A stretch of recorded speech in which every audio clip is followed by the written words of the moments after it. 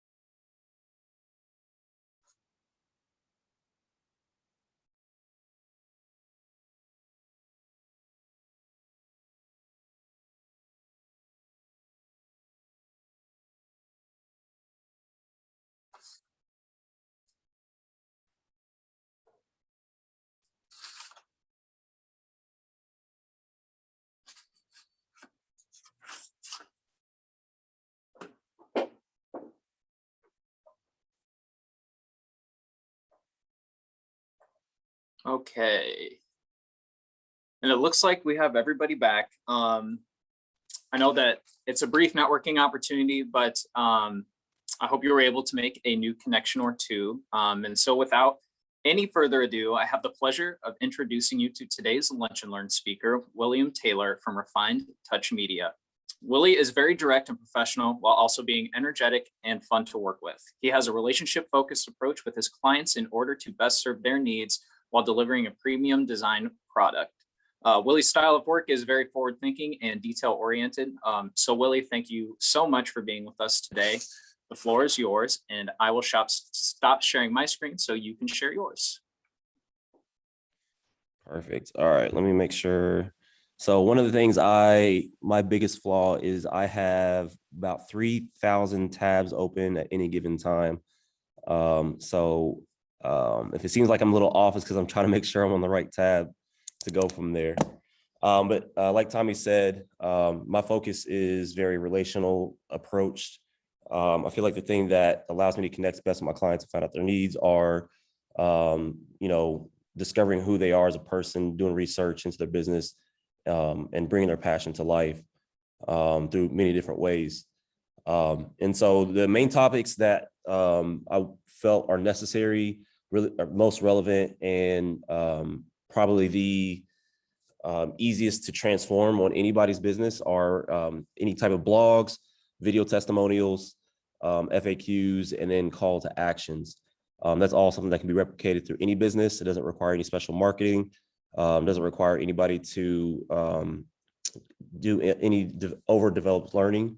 And hopefully out of all of this that you guys can get some key points to take away and get immediate impact on your business.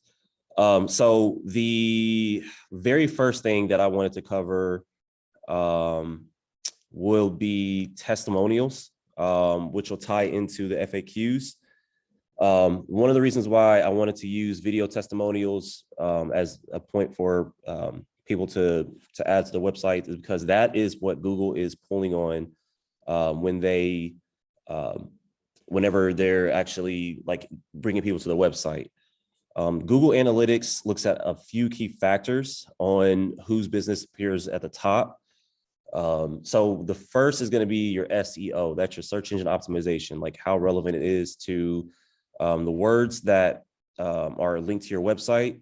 So for example, if I run a doggy daycare, when creating a website, we're linking all the words that people would search for to bring them to that site. So it may be puppies, daycare, young pups, just some general words, but also questions that would, the questions that'll bring it in there. But the video testimonials is one of the biggest parts because everybody's attention is going to be grabbing towards actual video evidence. It brings a face to the testimonial. It brings credibility to the testimonial as well. So typically what I like to do when I'm adding those video testimonials is keeping it simple. One of the things that people will, I think 3 quick questions that you can ask for those would be, how did you find me? Adding that question on there usually means that's a referral or through the web design or anything like that. So that gives you an avenue of like, where's my traffic coming from and where can I increase it from there? The other question I would have in the video testimonial would be, how did you feel about the transaction? That question can be very genuine because usually when people are looking into why they go through there, it's the same thing as if you're going to get your hair cut, find a doggy daycare or any service like that. It helps them relate to saying, hey, I like this person because, they were very professional. They care for my needs. Their styling service was catered towards the way that my hair was cut or anything like that. It breaks it down from being very general. I feel like most people, when they leave a review on Google or Yelp or anything like that, a lot of times the reviews are very general, like, hey, this is the best person in town. I recommend going to them. It's very bland. And when Google looks at reviews, Google is going to look for the very specifics. So like I said, when it's talking about, hey, this person took care of my hair needs by styling it XYZ, their shampooing was good, or if it was a doggy daycare, like, hey, my pup's attention span was increased, or they came back way more disciplined. Those are things that Google pulls up and pushes up front. So this is a website. This is actually some people that I mentor with. They try and put as many of their video testimonials up front.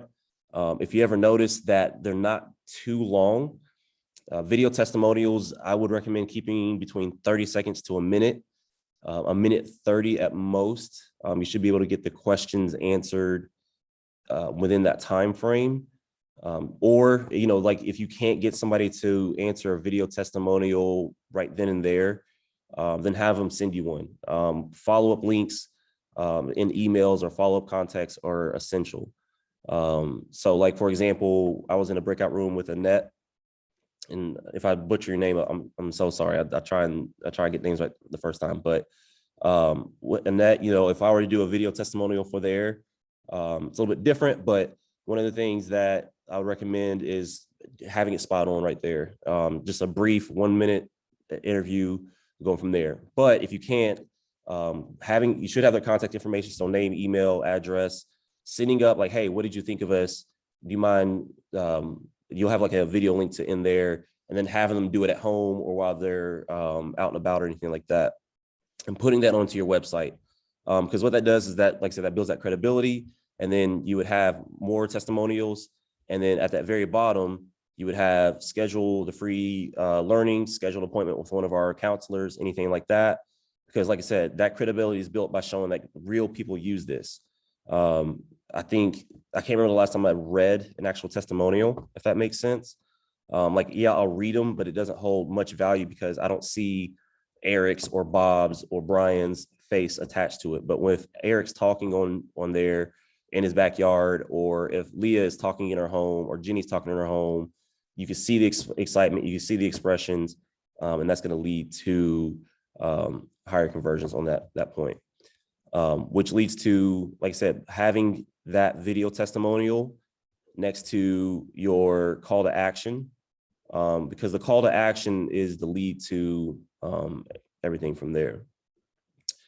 Which I know, and I guess one thing that comes to mind is, as far as just video testimonials, does anybody have any questions or any in-depth or anything that they kind of want to ask about before I move on to the next part?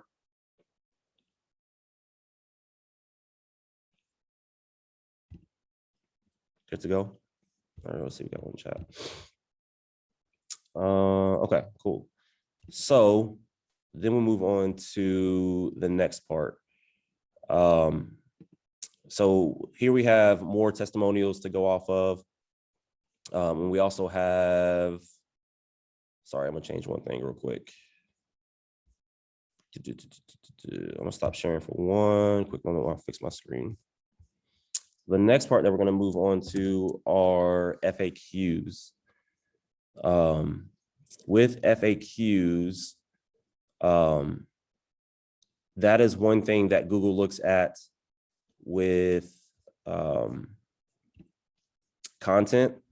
So when anybody ever goes to Google and they're like, hey, who has the best food in the area? Who has the fastest internet in the area? Anything of that nature, Google is going through and searching for the keywords. So that's part of the search engine optimization, but they're also filing for questions that are commonly answered. And for example, one of the clients I work with, they are an internet consultant. And so typically when people are searching for internet, they're always looking for who has the fastest in the area, who has, what is this type of internet service, what are the benefits of XYZ. And what was the third question you have from there? Cool, Claire, I will answer that in just one quick second. So with FAQs, that's part of the content that Google will look for to add to help you rank better. So for example, like I said, my client, we pulled through and searched like, hey, what are common questions that are asked for your field? He's a fiber internet service provider in the area, and these are probably the most common Typically, when you are going through and trying to find FAQs or blogs to post, you want to find questions that are relevant, but pretty as concise as possible. And I would limit them from about 12 to 15, because after that, Google doesn't really pay attention, but usually they only put the top questions that are asked. So like I said, fiber internet's new in the area. It's not really a known product, but I guarantee you, like if you were to go through what is fiber, or if you type in what is fiber, is probably gonna be one of the top suggestions that Google will finish off in that sentence part for them. So that's why if you notice, a lot of these are saying, how does fiber work? What is fiber? Things of that nature. These questions are all being answered on this FAQ page. And then later down the page, it goes to shop local offers, once again, leading to the call to action for after his clients' questions have been answered. Along with that, we did put like a miniature blog post on there.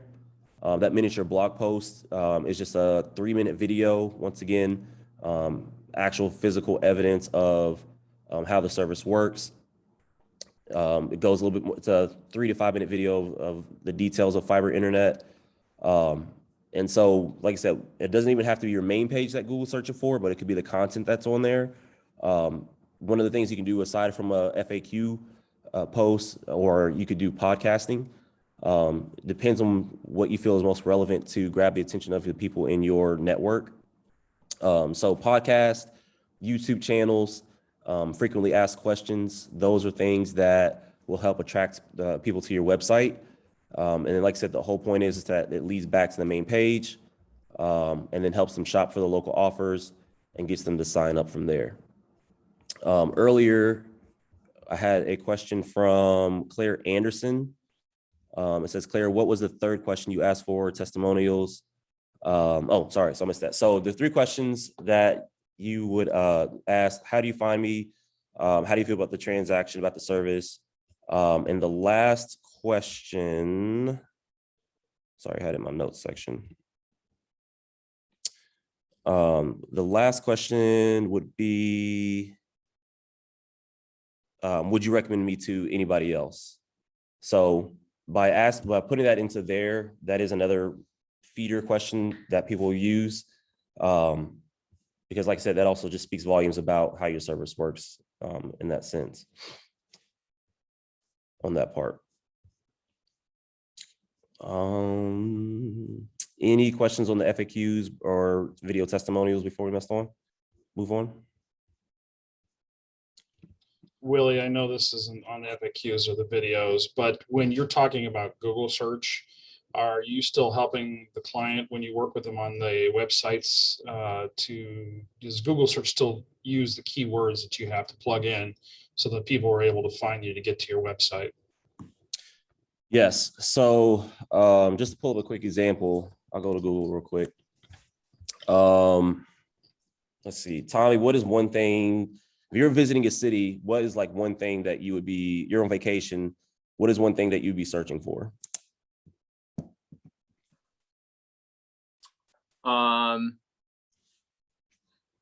Options for entertainment. Options. Where's the last place you went to vacation at? Colorado Springs, Colorado. Springs. So boom. If you notice, as I was typing it out, sorry, I should have typed it a little bit slower. I'm typing like it's for me. But Google's literally going through and trying to anticipate what I'm going to search for. So entertainment, for family, for some careers, for jobs in Colorado Springs. And so it's trying to anticipate what I'm going to search for before I even get there. So that whole list that it was pulling down is actually some of the most commonly asked questions that Google finds. And literally, these are all questions that are going to be answered in some capacity. So if you notice, Google, they do put their ads priority. This is paid advertisement. So the visitcodes.com paid for their advertisement, so they will be at the top. But through here, you'll notice that there's Cave of the Winds Mountain Park, Garden of the Gods, Spring Adventure, and then you have, is there anything to do in Colorado Springs? Which leads us to vacationidea.com. 25 best things to do in Colorado Springs. This is a blog post that they have. It has 25 answers that goes through. It answers it's relevant to the questions that Tommy would be searching for, gives him ideas, and further brings traffic to there. So even though vacation ideas, they have a lot of questions. I don't know if I'd put that many. So I'm just going to scroll to the very, very bottom. So But Willie, are these keywords that are in your website or that when you type it on Google, or are these keywords that you've added with Google? So these are keywords that are going to be on your website. Okay. So for example, like I said, that will question entertainment for or in Colorado Springs. Like I said, this is probably relevant to what's on the page itself. So best things to do, or the synonyms for it. So it may not be best entertainment in Colorado Springs, but it could be best things to do in Colorado Springs. What events are happening in Colorado Springs. It is going to pull the synonyms that are close to that, so that it can, when it's pulling that information, that it's helping ranking it up there, if that makes sense. It's similar to what you were talking about with your internet website that you were showing earlier with the questions. Yes. Okay. Yeah. So you can do it in a basic form. Like I said, I feel like FAQs are the easiest. They're easiest to replicate. It doesn't take a whole lot of content. You can literally just post the question, post the answers. They can be brief summaries, and get right to the point. Or if you want to do the blog version has a little bit more content. So if you notice, like the Colorado website, they are going in depth about, hey, this is the #1 ranking thing to do in Colorado Springs. This is what builds the attraction. Then they have the second one, the third, and all the way down to the top 25, along with the addresses and how to contact them. But that blog content is going to help. Like I said, if I go back, the synonym for options for entertainment in Colorado, I guarantee that one of the synonyms they put in for that's linked to the website is best things to do in Colorado. Does Colorado have a nightlife? Anything like that as well. And so the next thing that I wanted to cover. When you do the Google searches, does the rating, like stars, help boost that SEO as well? Yes. So one trick that you can do on the back end of creating a website is adding any type of Google reviews or business reviews. Yelp is a little different, but what it'll do is, for example, Cave of the Winds of the Park, they have their reviews on there. So once again, that is something where I'm like, hey, who has the best service for best food in town? Like restaurants, anything in the service industry, anything in the retail industry, anything in the sales industry will have, that'll help a little bit more. Because I think we all know that if we have a good experience or if we have a bad experience, we're all going to leave reviews. And companies that have a lot of business are going to have more reviews than their competitors. And by doing so, by tying that into their website, it's another form of saying like, hey, this is an actual person. Because when you leave a Google review or Yelp review, you do have to have an account of some type, that if they left a 5-star, 4-star, 3 or 2 or 1, whatever it may be, that Google's going to look at that and say, hey, this person has an active business, so I'm going to rank them up as well. That's one of the key components that Google looks for as well when they are pulling up the website. Like if you look up in the search bar, if you put like travel agents near Coralville, Iowa, it'll bring us up like #2. And there's one company that's been in the area for 10 years, but it doesn't have any Google reviews, and it bumps them down on the map at the top. Is it Travel Leaders? Travel Leaders is on top. So if it shows the map part, it would have them listed. But I'm right there at the bottom right now, where it says my travel. But on when it has the map section in it on the Google search, it shows us as second because the Hawkeye World Travel says 10+ years in business but no reviews, so that bumps them down because they don't have any reviews. Right. And so, sorry, I missed the name of your company. What was the name of your company? Lemire Family Travel. Lemire Family Travel. So Right there by your mouse. Let's see. I'm missing it. Sorry. The top one. It's right on the top currently of the screen. Right here. Yeah, One more up. yeah, right where your cursor is. Above. Right here. Okay.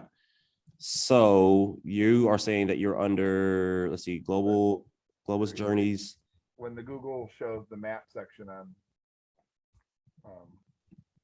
the other search, then it will, like if you have the map part of it, then it'll show us as third. Okay.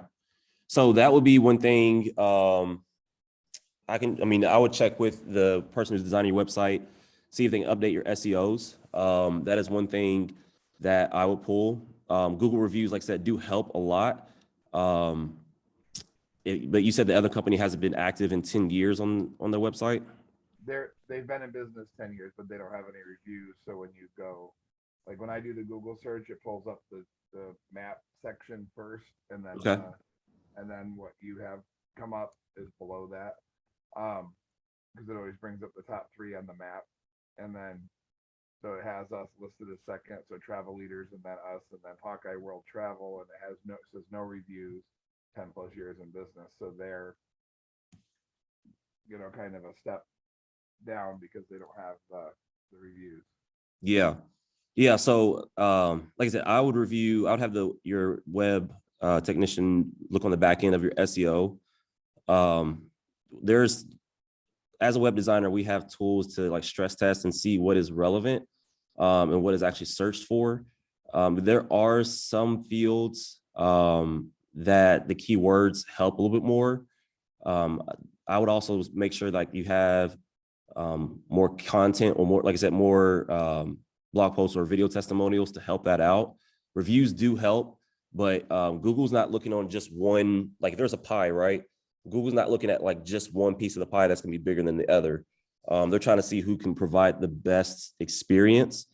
So like reviews help, but I wouldn't say that's like the top priority in there. Like I said, they're actually looking for anything like video related. They're changing their algorithm a lot lately.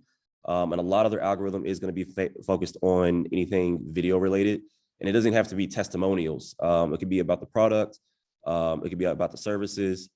It could be, I think the last thing they said it's going to be is for advertising. So like, for example, if I'm going through and creating an ad for a client, I can actually target it to a very specific, they're actually pulling it off of what people are going to be searching for rather than what they have searched for. So when I'm making an ad, I would actually target it for people who have bought certain things in the past. So for example, people who have probably bought suitcases, swim trunks, shoes, anything in that realm, they're actually probably going to see my ad for travel more so than the people who are advertising the newest rates that they have. So reviews always help. More recent reviews would help, but I would say like video content, as much as possible would be the bigger component to help bring it higher, if that makes sense. Yeah, I know the web designer keeps asking me to make a blog and start doing stuff like that. So I haven't had a chance yet, but that's in the works. I would, like I said, the key thing, Google's algorithm, I just view it as myself. Like I'm the person where I hate reading anything beyond like that doesn't get me directly to the point, but I will watch a video. I don't know what it is. So like I said, if I'm going to go through and like, for example, when I go to Chicago, and some of my fellow members know about this, but I've been looking for puppies. Puppies are a little bit different, but a lot of the places that pulled up first had more content of the type of dogs that they're breeding. They had them in the field, they had them in the house, and they spoke about their services and things of that nature. And the blog content helps because it's showing what's the most relevant content in there. And so you can do it as a blog post. Blog posts are on the back end, so it's something that you just constantly update. It doesn't have to have the page reformatted or revisioned every time that you want to change anything. But by changing the blog post, if you add it to the page, I would try and answer questions that you're running into, probably like 3 or 4 questions that you're running into currently in your market, and then add those to your page as soon as possible. And that should help out with where you are on Google. Thank you. Yep. Cool. So we've covered a little bit over FAQs, a little bit over video testimonials. Honestly, like when I was writing this out, the biggest thing that I kept on running into was the call to action. So on the call to action, that is where your clients go when they're ready to buy. So this is another client that I've worked with. And even on my webpage, I'll brag about my page a little bit. The call to action should always be clear, concise, and more of a instruction for what they should do. Call to actions are telling your client, hey, I'm explaining my objective beforehand, and then this is what you do to get started. So for example, I have a client I worked with where they work with troubled youth and online learning strategies. And the instruction model is new and it's geared towards anybody from kindergarten to high school. And so when we're creating the website, you typically want to have your header, you want to have your subtitle, but then your call to actions usually are very close to after any explanation of what you've done in your website. So like I said, they have the header, they have the subheader. If somebody were to go onto their website, I'd have it right below where they go. By clicking more, it would lead them into more of the features and benefits of working with them. So for example, it's not very far, but if they had more content or wanted to place different, I'd make sure that it leads them to where they need to go onto their website. Any call to action should either help overcome an objection or it should lead them to the sales page.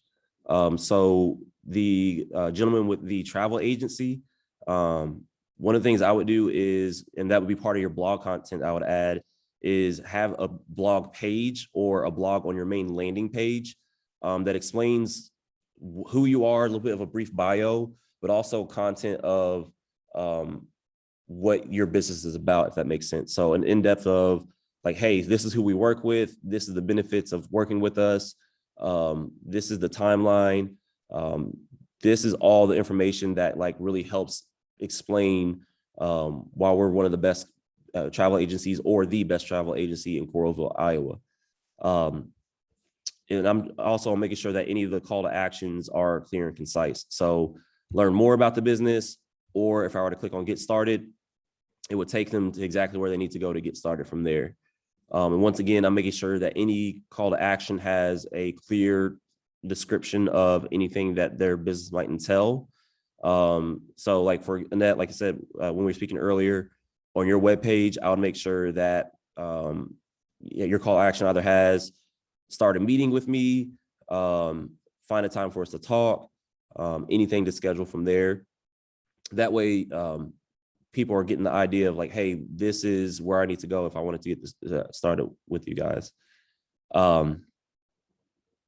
Let's see. So in the banner area is where I'd have them. At the footer area, I'd use sentences that lead to action.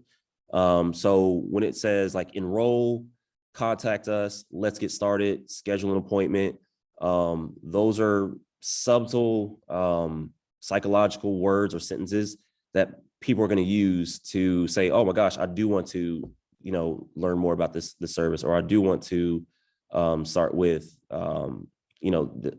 this client. Also, one thing with call to actions. So on this page, like I said, we tried to make sure that it was as simple as possible. But oftentimes when I'm creating a call to action or a button of sorts, one of the things I'm always telling my clients is try and get as much of a content from your client as possible. So oftentimes you'll notice, like if you go to like Express or Best Buy or anything like that, you'll often see where they have a pop-up after you've gone to a new page or you've clicked a button that's asking for your email.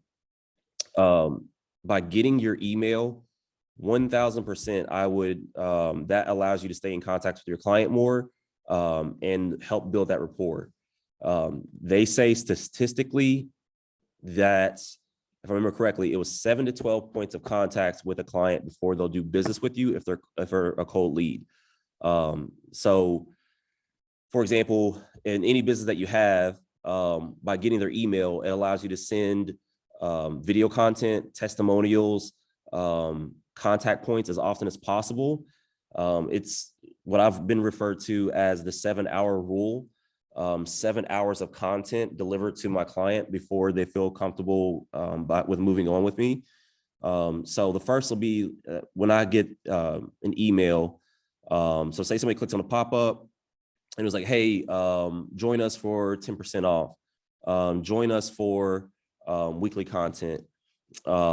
Anything that's, gonna in that pop-up that's gonna keep them, that's gonna have their information put in. Because once I have that information, I'm not using it to spam them, but I'm using it to kind of build that next step.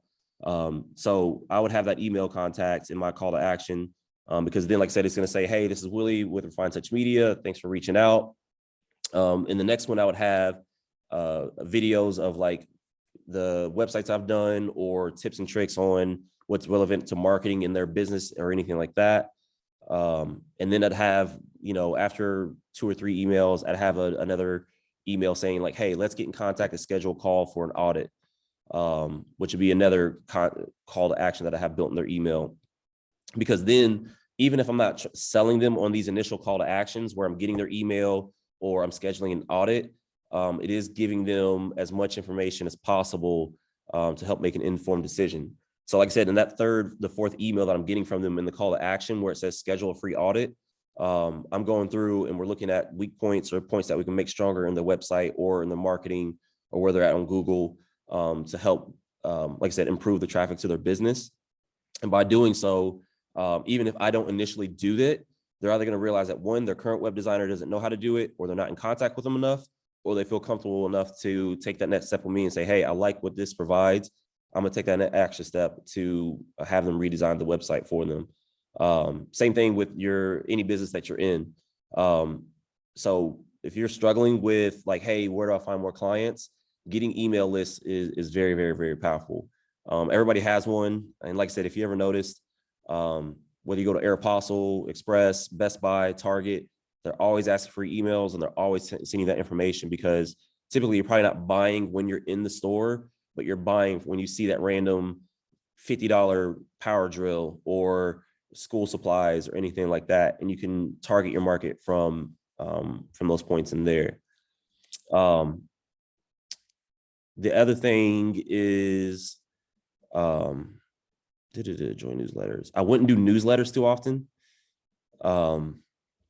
Newsletters are great for people that are your current clients, but if you are trying to build that new client base, newsletters probably aren't going to attract them because it's not really breaking down an emphasis of like, hey, why you should work with me or anything like that. And so same thing, I know I've covered a lot of information on the call to action. Any questions or thoughts before we move to the next part?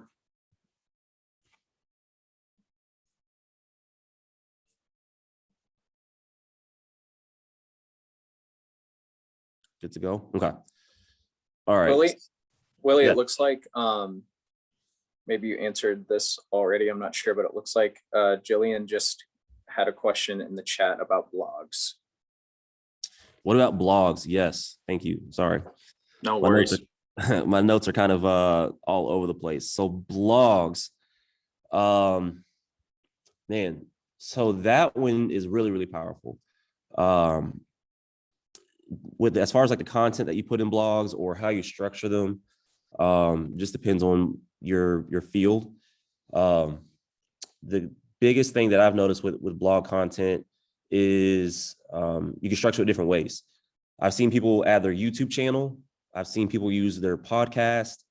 A good example that I've seen commonly are people who are public speakers or people who are like bakers. Is they'll update like the newest recipes that they've tried, or they'll do the newest, they'll do the newest motivation that they have. Typically when you're making blogs, anything like entertainment based, inspirational or educational is what I'd focus around. So oftentimes you'll see people, like especially influencers like TikTok or on Instagram, where sometimes the content's not directly related to their product. What they'll do is they'll share what got them started. So even if you're in a blog, it doesn't have to be huge, but if you're a small business or if you're passionate about your field, I would have that on my page about like, hey, what motivated me or what put me in this field and why am I passionate about it? Like I said, that just builds more credibility, that builds a little more of a stance where somebody can relate to. Same thing with education. I mean, I'll be honest, like when it comes to like my passion, like I love sports, I love web design. But when it comes to cooking, I love to eat, but I'm not a very great cook. And so Pinterest, if you ever notice like Pinterest pulls up, things of that nature, is because that blog is used so often that that's what's pulling up first. And you can literally go in and type in what's a good spaghetti recipe, what is a good dessert, what are great potluck recipes to go for.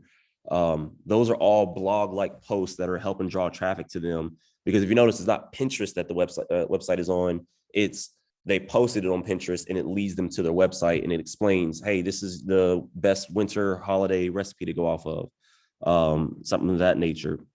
And then entertainment wise, sometimes you just be goofy. I think everybody wants to see the personality of who they're working with. It allows them to relate.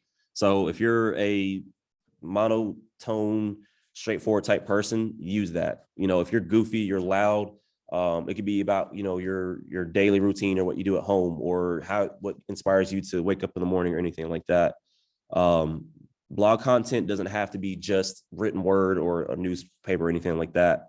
I'd make it as much as relevant as possible to who you are and expressing yourself, or just the content that is relevant to your business in that sense.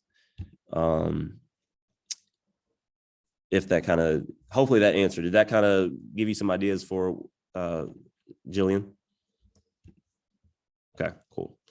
Yeah. Like I said, these are all like, honestly, like if I had to like summarize blogs, FAQs, video testimonials, they can be used, how compared to newsletters, how it compared to newsletters. How compared to newsletters, I think newsletters are, they're okay. Like I said, they're great for people who are already clients of yours. So if Tommy, Brian, and Kelsey are already clients of mine, I'll have their email contact information and I'll send them newsletters, you know, like, hey, Refined Touch Media just came out with this new product. Our product focuses on enhancing your web page speed. And this is the performance that happens after you do that.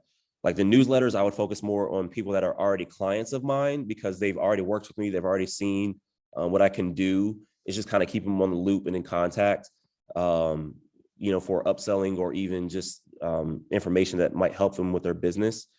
But a newsletter, I mean, yeah, I mean, a newsletter for anybody that I'm not in contact with already, it's probably something that's just going to get sent to the spam folder or passed over.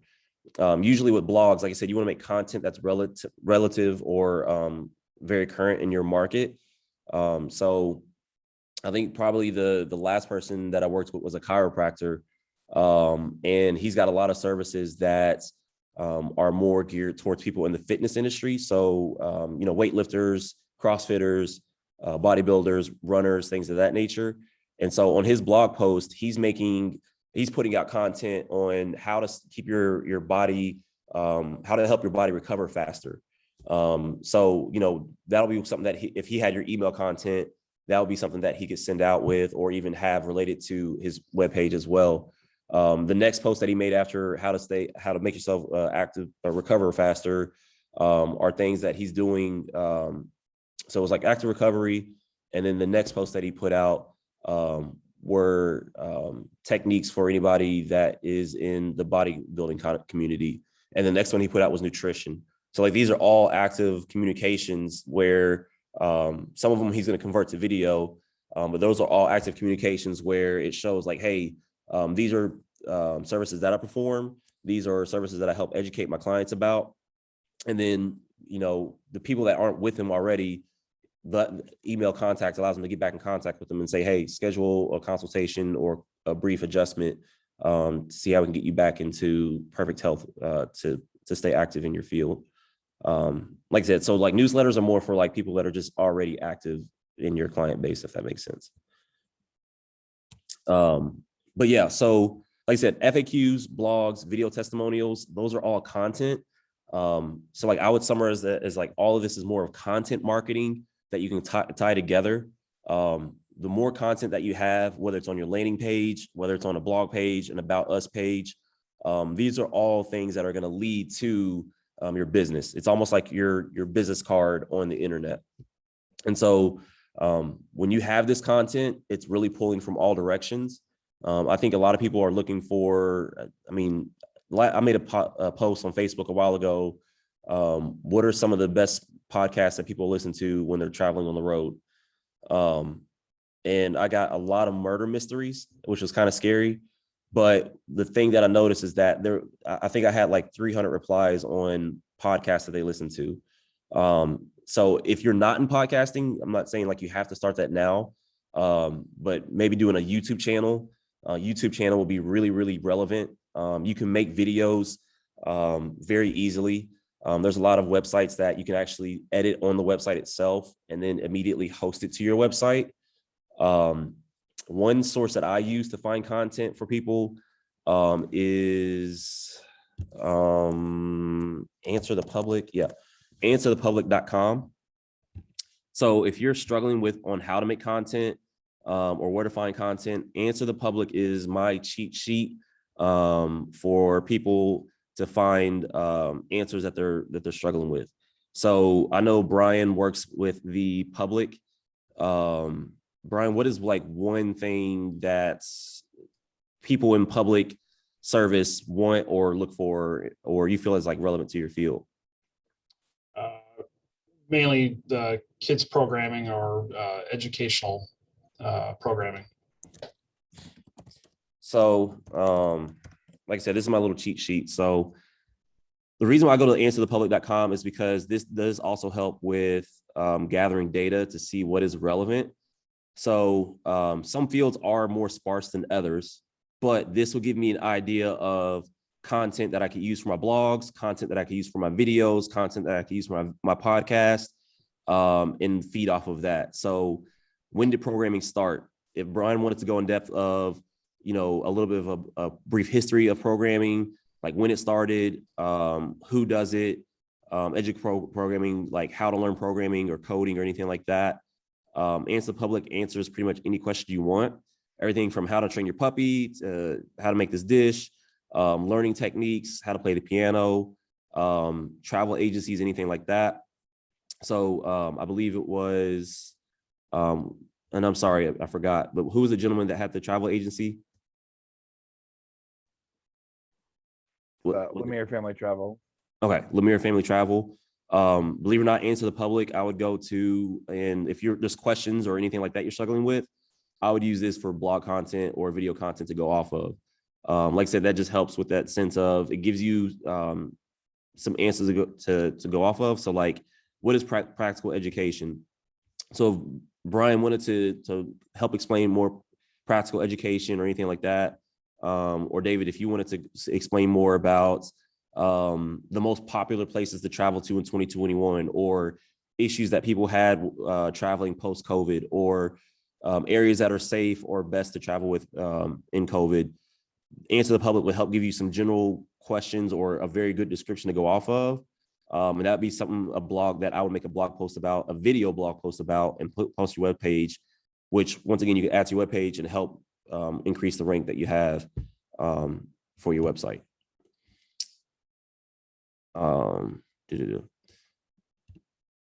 So yes, those are techniques that I've used. Those are techniques that I've seen success with. Like I said, when it comes back to, I think the last point that I was talking about was the call to action. Those are all things that you can put on your landing page or your main page next to your call to action or your main subscribe button to help build credibility. And like I said, about putting these things, the FAQs on your page, the blogs on your page, the video testimonials, those are all content that once Google recognizes those, they're going to pull those and lead more traffic to your website and help convert more business, if that makes sense. And Tommy, that is everything I have, man. Hopefully I gave some value to everybody on here. What else do you have for me? No, that was excellent. Thank you so much. I know that I learned a ton and have been taking notes this entire time on my computer. So I'm sure that everybody else learned a lot, and I appreciate you going so in depth on the questions that people had. Does anybody else have a last question or two for Willie before we sort of close things out for today?